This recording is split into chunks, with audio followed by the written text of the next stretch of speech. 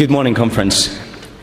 When the MSM blood ban was introduced in 1985, the AIDS epidemic was at its peak and very little was known about the disease. For starters, from 1977 until 1983, AIDS was called gay-related immunodeficiency, or GRID.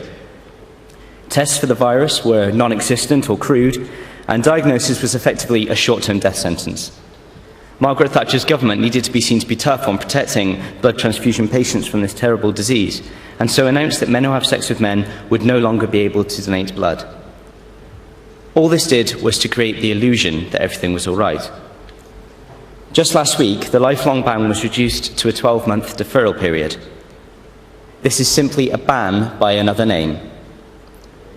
Any active MSM are still barred from giving blood. Wouldn't it be fairer if anyone wanting to donate blood were asked the same questions, irrespective of their sexual orientation? That would more accurately and fairly assess the level of risk of infection. The newly proposed system fails to do this. Instead, as Stonewall said, it stigmatizes male same-sex contact by perpetuating the myth that they cannot be trusted in matters of sexual health. And this stigma is real. It does exist.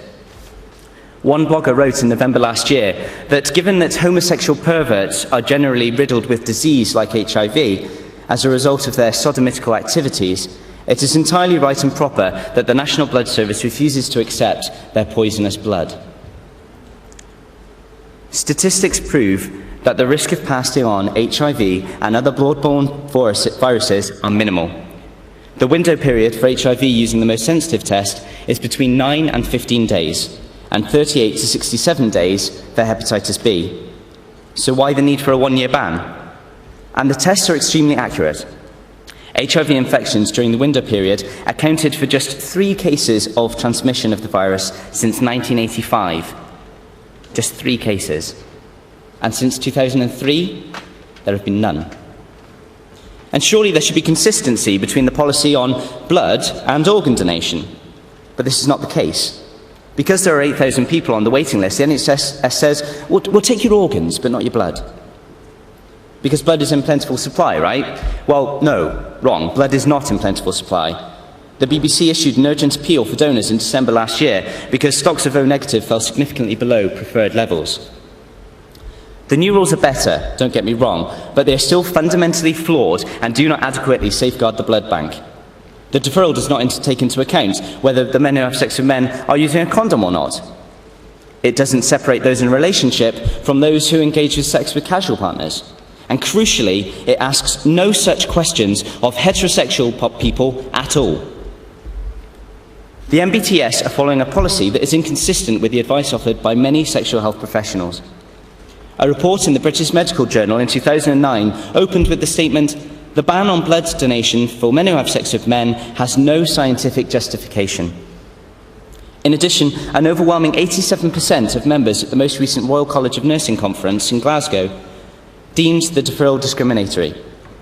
They acknowledge that for many years now it's been clear that it matters not who you are having sex with, but how you do it. They accuse the ban of being, and I quote, "based on a flawed characterisation of a subset of the community.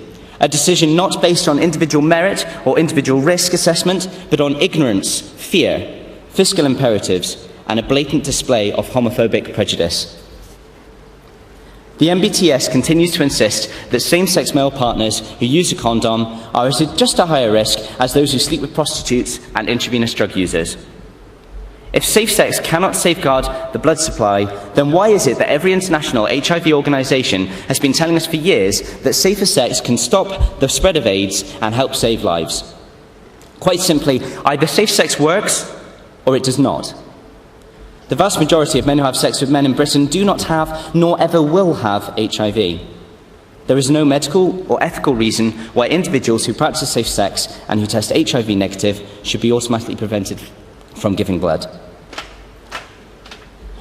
Statistics can sometimes seem impersonal and distant, so let me give you now an example of how damaging the ban can be. In March last year, the Daily Mail, yes, the Daily Mail, reported that James Harrison, aged 74, has an antibody in his plasma that stops babies from getting Rusius disease, a form of severe anemia. In his life, he has donated 984 times.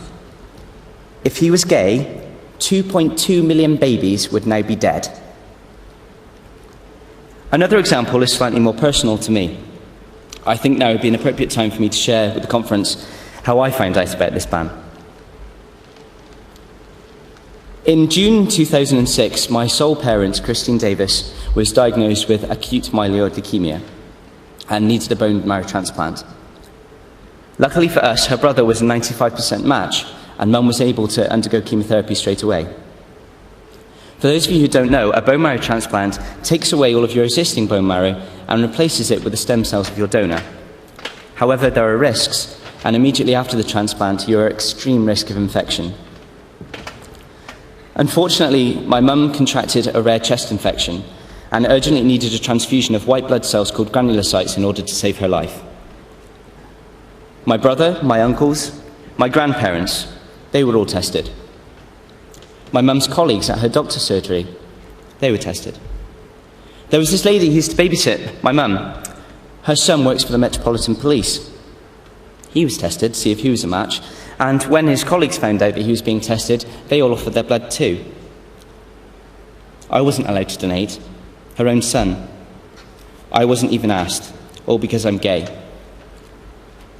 When Mum died of leukemia-complicated viral encephalitis 2 years ago, it was then that I realised how discriminatory this ban can be. A leading gay magazine interviewed the three main party leaders prior to the election in 2010, and all three pointed towards ending the ban. Cameron said that logic would dictate that it is time for a change, and reversing the ban was one of Nick Clegg's 4 gay rights reforms. I joined this party because I believe in its core values. When you get home, look at your membership cards. It says, the Liberal Democrats exist to build a free and fair and open society in which we seek to balance the fundamental values of liberty, equality and community. Equality. It's there in the preamble to our Constitution. Safety of the patients has to come first, second and third when giving blood. But the whole point of giving blood is a desire to save life, not to end it, endanger it. Let us please base the decision not on who gives the blood and who we sleep with, but on how safely we do it. Conference, I urge you to support this motion. Thank you.